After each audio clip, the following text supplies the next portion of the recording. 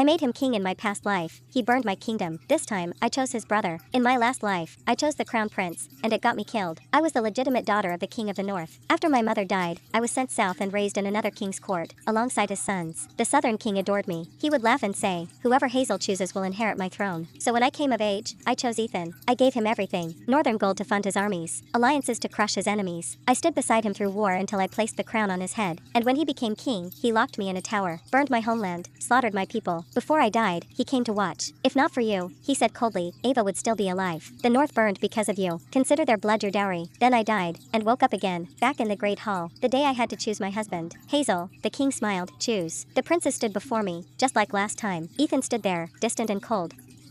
Beside him was Ava, the girl he would destroy me for. In my past life, I still chose him. This time, I didn't even look at him. I choose Alexander, the queen's third son. The hall fell silent. Everyone knew I had loved Ethan for years, but they didn't know that when I died, Alexander was the only one who came for me, even if he arrived too late. Ethan suddenly stepped forward. I refuse, he said. My heart belongs to Ava. He didn't stop there. If Hazel insists, she can remain in my household. A concubine, perhaps. Gasps rippled through the hall. In my last life, those words would have broken me. This time, I only smiled. I've already chosen, I said, placing the circlet in Alexander's hand. Ethan froze, then visibly relaxed. He pulled Ava closer. No one stands between us now. He still believed I wanted him. Later, he stopped me outside the palace. If you regret this, I can still keep you, he said casually. Just not as my wife. Ava looked at me with soft eyes. I never meant to hurt you. I looked at her and remembered her death, the one he blamed me for.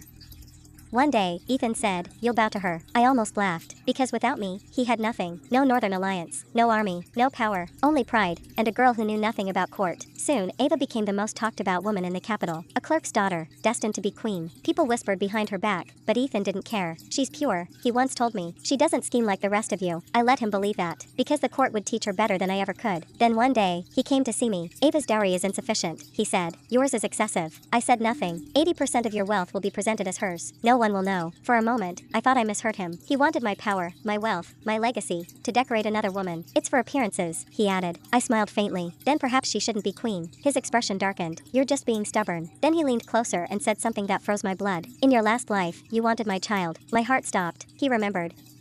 Just like me. If you agree now, he continued, I'll give you one. I looked at him and finally understood. He didn't regret anything. Not the betrayal, not the war, not my death. He only regretted that I was no longer obedient. You think I still want you? I asked. He smiled, certain. You always come back. I didn't answer, because at that moment, a voice cut through the room. On what authority does the crown prince touch what belongs to my future wife? Alexander.